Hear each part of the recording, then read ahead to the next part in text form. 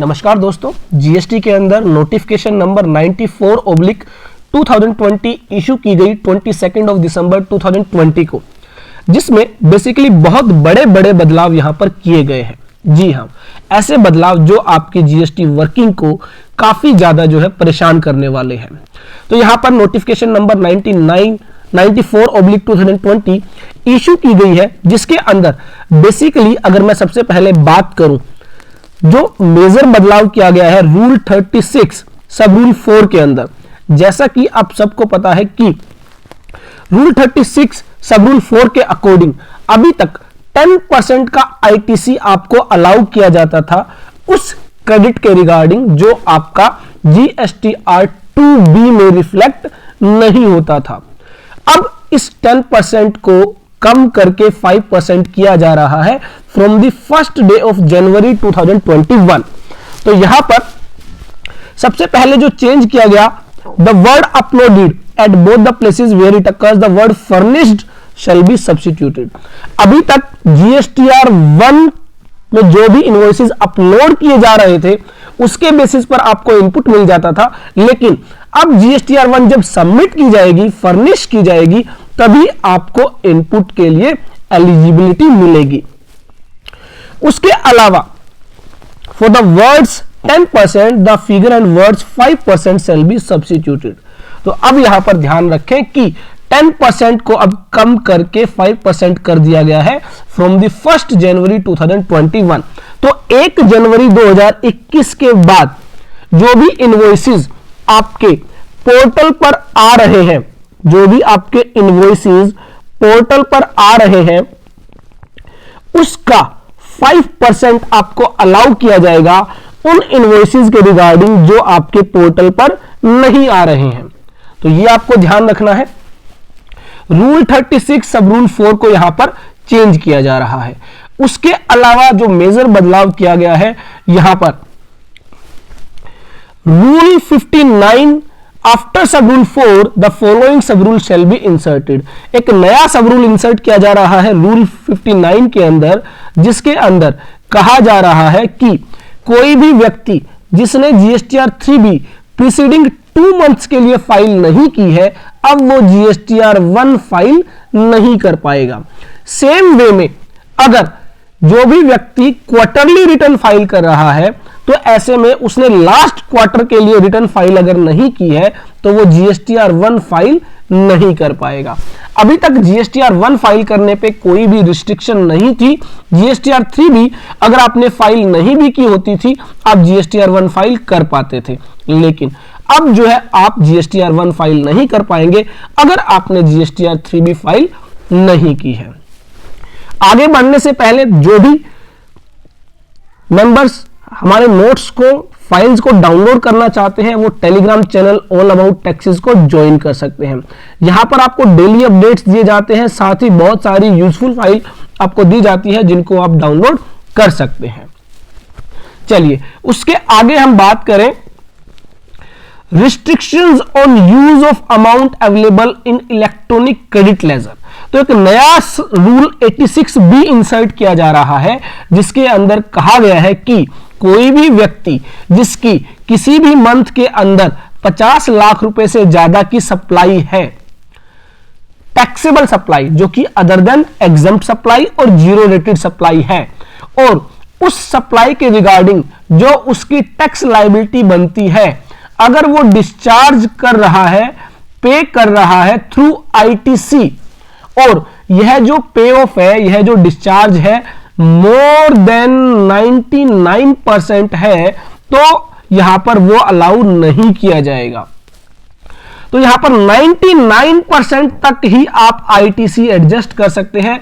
1% का आपको जो है टैक्स पे करना होगा, भले ही आपके पास आईटीसी अवेलेबल हो। तो यहां पर कहा गया, notwithstanding anything contained in these rules, the registered person shall not use the amount available in electronic credit ledger to discharge his liability towards output tax in excess of 99% of such tax liability in cases where the value of taxable supply other than exempt supply and zero rated supply in a month exceeds 50 lakh rupees. तो जिस भी महीने में 50 लाख रुपए से ज्यादा की supply होगी, सेल होगी, उस महीने में जो है रूल 86B अप्लाई हो जाएगा। हालांकि यह रूल अप्लाई नहीं होगा अगर जो व्यक्ति है, प्रोप्राइटर है, कर्ता है, मैनेजिंग डायरेक्टर है और any of its two partner, अगर पार्टनर्स है, होल टाइम डायरेक्टर है, member of managing committee of association और board of trustees etc. as the case may be, who have paid more than 1 lakh rupees as income tax in each of the last 2 financial year for which the time limit to file return of income has expired. तो जिस भी व्यक्ति ने last 2 financial year में 1 लाख रुपए से ज्यादा का टैक्स पे किया है, उस पर रूल 86B अप्लाई नहीं होगा। या फिर जिसने सेक्शन 54 प्रोविजो सबसेक्शन 3 के तहत 1 लाख रुपए से ज्यादा का रिफंड रिसीव किया है, उस केस में भी रूल 86B अप्लाई नहीं होगा। The registered person has received a refund amount of more than 1 lakh rupees in the preceding financial year on account of unutilized input tax credit of first proviso of subsection 3 of section 54। तो यहां पर भी rule 86B apply नहीं होगा। अगर registered person है, कोई government department, PSU, local authority, statutory body, तो यहां पर भी रूल 86B अप्लाई नहीं होगा। इनके अलावा और किसी भी व्यक्ति के केस में रूल 86B अप्लाई होगा अगर 50 लाख रुपए से ज्यादा की सप्लाई की जा रही है और ITC जो है 99% से ज्यादा यूज किया जा रहा है। आप डाउनलोड कर सकते हैं all about taxes from the play store. Download करने के बाद आप ओपन करते हैं। ओपन करने के बाद आपको जो है कुछ इस तरह का इंटरफेस दिखाई देगा, जहां पर जो भी कोर्सेज लॉन्च किए जाएंगे ऑल अबाउट टैक्सेस के द्वारा, फ्री कोर्सेज और पेड कोर्सेज, वो आप सभी यहाँ पर देख सकते हैं। स्टोर का आपको ऑप्शन दिया गया है। स्टोर के अंदर जितने भी हमारे कोर्सेज होंगे वो आप परचेज कर सकते हैं। डेमो वीडियोस आप देख सकते हैं। इसके अलावा अगर आप कुछ भी डिस्कशन करना चाहते हैं तो चैट का ऑप्शन आपको दिया गया है, आप चैट के जरिए हमसे जुड़ सकते हैं। इसके अलावा ऑफलाइन डाउनलोड्स का आपको ऑप्शन दिया गया है। आप हमारे किसी भी कोर्स को ज्वाइन करते हैं तो वीडियोस को और नोट्स को आप जो है ऑफलाइन मोड के लिए डाउनलोड कर सकते हैं, जिससे कि इंटरनेट कनेक्टिविटी ना होने के बावजूद भी आप जो है वीडियोस देख सकते हैं और PDF नोट्स डाउनलोड कर सकते हैं। तो all about taxes app download कर सकते हैं आप फ्री ऑफ कॉस्ट। आगे बात करते हैं हम। उससे पहले अगर कोई भी व्यक्ति GST सीखना चाहता है, इनकम टैक्स सीखना चाहता है, TDS सीखना चाहता है with practically knowledge, with practical workshops, तो वो हमारे कोर्सेज ज्वाइन कर सकते हैं। ऑल अबाउट टैक्सेस आप हमारी ऐप को डाउनलोड कर सकते हैं एंड्रॉइड प्ले स्टोर से, जिसमें बहुत सारे कोर्सेज आपको जो है प्रोवाइड किए गए हैं। चलिए उसके बाद हम बात करते हैं रूल 138 की, जो बात करता है ई-वे बिल के रिगार्डिंग। तो यहां पर भी एक बड़ा बदलाव किया गया है ई-वे बिल के रिगार्डिंग। अभी तक आपको हर 100 किलोमीटर के लिए 1 दिन की वैलिडिटी मिलती थी, लेकिन अब यहां पर इसको सब्स्टिट्यूट करके 200 किलोमीटर कर दिया गया है। दैट मींस अब आपको हर 200 किलोमीटर के लिए 1 डे की वैलिडिटी दी जाएगी। उसके अलावा यहां पर और काफी सारे बदलाव किए गए हैं, जैसे कि अगर मैं बात करूं रूल 8 में बदलाव किया गया। सब रूल 4A जो है यहां पर सब्स्टिट्यूट किया गया है, जिसमें कहा गया है कि जो भी व्यक्ति आधार ऑथेंटिकेशन ऑप्ट करेगा GST रजिस्ट्रेशन के लिए, तो ऐसे में बायोमेट्रिक बेस्ड आधार ऑथेंटिकेशन अब की जाएगी। That means fingerprint based verification की जाएगी और एक फोटोग्राफ भी जो है आपकी ली जाएगी। और इसके लिए जो है फैसिलिटेशन सेंटर जो है नोटिफाई किए जाएंगे और वहां पर जाकर आपको यह बायोमेट्रिक ऑथेंटिकेशन और जो फोटोग्राफ्स की जो फॉर्मेलिटीज है वो पूरी करनी होगी। उसके अलावा अभी तक 3 डेज के अंदर जो है GST का रजिस्ट्रेशन आपको दिया जाना था अगर आप आधार ऑथेंटिकेशन के लिए ऑप्ट करते हैं। उसके लिए अब यहां पर 7 डेज का जो है टाइम जो है नोटिफाई कर दिया गया है। तो यहां पर 3 डेज के लिए वर्ड्स सब्स्टिट्यूट कर दिए गए हैं 7 डेज। उसके बाद यहां पर कुछ और बदलाव किए गए हैं जो कि काफी इंपॉर्टेंट है, जैसे कि रूल 21A, यहां पर rule 21A sub rule 2A, where a comparison of the return furnished by a registered person under section 39। Under section 39 आप जो है GSTR 3B फाइल करते हैं। यहां पर कहा गया है कि अब GSTR 3B को जो है कंपेयर किया जाएगा आपकी GSTR 1 से, और आपकी इनवर्ड सप्लाईज जो कि आप GSTR 2 कह सकते हैं, based on the details of outward supplies furnished by his supplier in form GSTR 1। तो जो आपकी इनवर्ड सप्लाईज है, जो आपकी आउटवर्ड सप्लाईज है, अब वो जो है कंपेयर की जाएंगी GSTR 3B से, और उसमें कोई भी सिग्निफिकेंट डिफरेंस या anomalies indicating contravention of the provision of the act और the rules made thereunder. तो कोई भी कॉन्ट्रावेंशन है, कोई भी रूल्स आपने कंप्लाई नहीं किया है, तो ऐसे में आपका रजिस्ट्रेशन जो है सस्पेंड किया जा सकता है।